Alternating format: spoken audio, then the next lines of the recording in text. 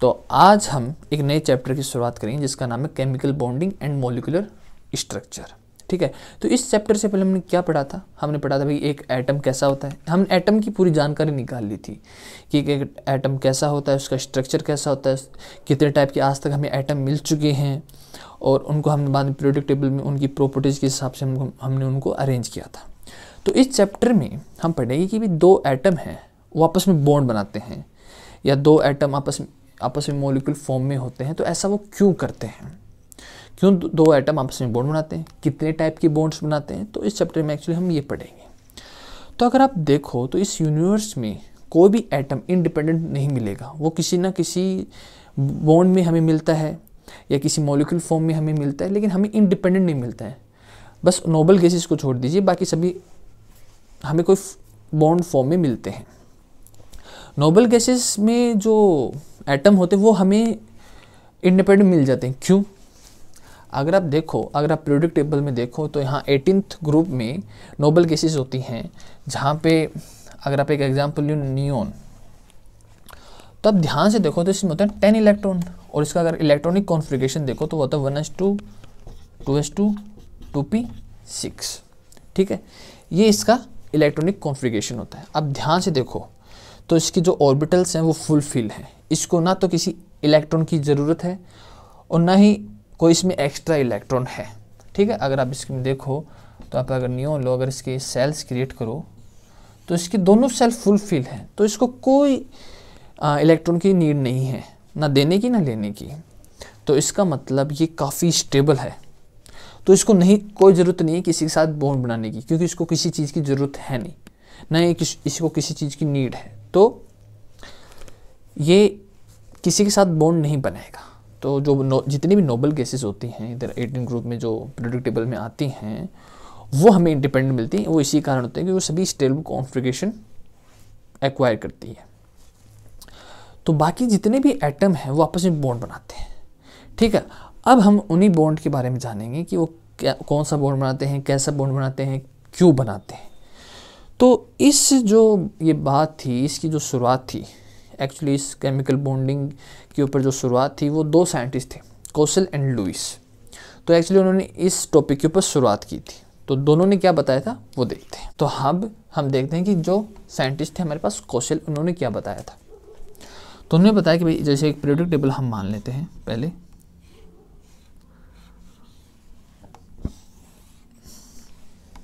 तो यहाँ पे होती है नोबल गैसेस, यहाँ होते हैं हेलोजेंस एटम, और यहाँ होते हैं एल्काइल एटम। ठीक है, यहाँ पे होते हैं एल्काइल, यहाँ पर हेलोजेंस होते हैं, एटम होते हैं। जो 17 ग्रुप होता है उसे 18 नोबल गैसेस होती हैं। ठीक है, तो उन्होंने बताया कि जो हेलोजेंस जो एटम होते हैं और जो एल्काइल जो मेटल होते हैं उनके बीच में नोबल गैसेस आती हैं। ठीक है, उनके बीच में नोबल गैसेस आते हैं। अगर आप यहाँ ध्यान से देखो नोबल गैसेस में सभी क्या है, स्टेबल है। सभी के जो आउटर मोस्ट सेल होता है, जो अगर किसी एटम का जो आउटर मोस्ट सेल, मान लो ये आउटर मोस्ट सेल है, लास्ट सेल है, इसमें ये कम्प्लीटली फुल फिल है। लेकिन अगर आप हेलोजेंस जो एटम है इनके अंदर देखो तो इनको एक एटम की ज़रूरत पड़ती है नोबल गैसेस वाले जो इलेक्ट्रॉन कॉन्फ़िगरेशन उसको एक्वायर करने में। वहीं अगर आप एल्काइल मेटल देखोगे तो इनके तो आउटर मोस्ट सेल में केवल एक ही इलेक्ट्रॉन होता है, तो इनको तो काफ़ी नीड होती है। तो ये हाईली इलेक्ट्रो नेगेटिव होते हैं, इनको एक इलेक्ट्रॉन की ज़रूरत होती है। और ये एल्काइल जो मेटल होते हैं हाईली इलेक्ट्रो पॉजिटिव होते हैं, एक्चुअली इनको बस किसी के साथ बॉन्ड बना के स्टेबल होने की ज़रूरत पड़ती है। ठीक है, तो उन्होंने बताया कि ये दोनों क्या करेंगे, नोबल गैस के इलेक्ट्रॉनिक कॉन्फ़िगरेशन को लेने के लिए ये दोनों आपस में बॉन्ड बनाते हैं। ठीक है, हेलोजेंस और एल्काइल मेटल आपस में बॉन्ड बनाते हैं। जैसे आप अगर एक एग्जांपल देखें तो अगर हम एक एग्जांपल देखें तो एल्काइल मेटल में आता है अपने पास सोडियम, और जो हेलोजेंस होते हैं इनमें मिलता हमारे पास आता है क्लोरीन। तो आपस में पहले इनका हम इलेक्ट्रॉनिक कॉन्फ़िगरेशन देखते हैं। इसमें कितने इलेक्ट्रॉन होते हैं? 11, 1s2 2s2 2p6। मतलब इसके जो थर्ड वाले सेल में केवल एक इलेक्ट्रॉन होता है और इसको स्टेबल होने के लिए कितना चाहिए? 8 इलेक्ट्रॉन। ठीक है, अगर हम Cl की बात करें तो इसके आउटर मोस्ट सेल में 7 इलेक्ट्रॉन होते हैं, ठीक है, इसके आउटर मोस्ट सेल में 7 इलेक्ट्रॉन होते हैं।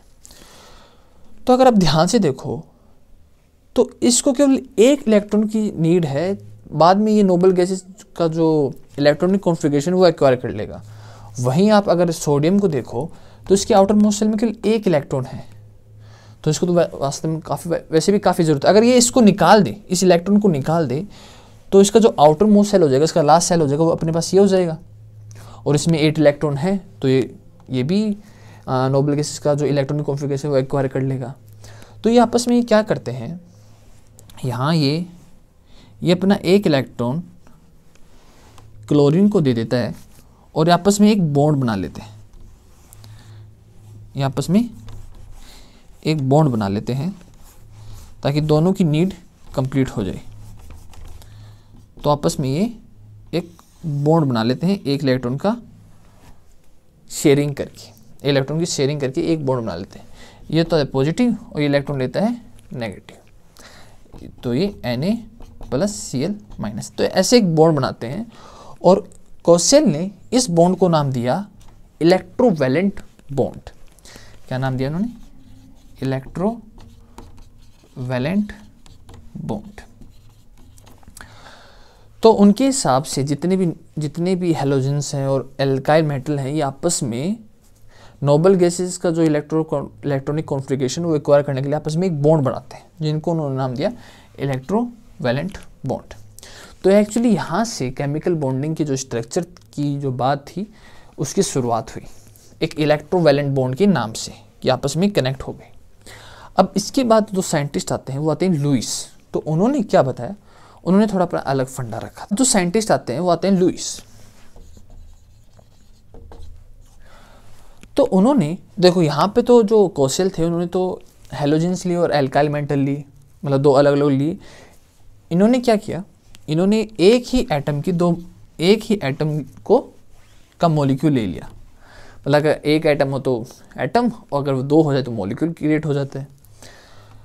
तो अगर आप Cl को देखोगे तो Cl के आउटर मोस्ट सेल में कितने इलेक्ट्रॉन है, लास्ट सेल में कितने इलेक्ट्रॉन है, 7। इसको चाहिए 1 की नीड है। तो लुईस ने कहा, इन्होंने कहा कि जो ये आउटर मोस्ट सेल होता है ना, एक क्यूब की तरह होता है, ठीक है। इन्होंने कहा कि इनका जो आउटर मोस्ट सेल होता है ये क्यूब की तरह होता है, जिसमें 8 इलेक्ट्रॉन होते हैं, ठीक है, जिसमें ये 8 इलेक्ट्रॉन होते हैं, जिससे वो स्टेबल होता है।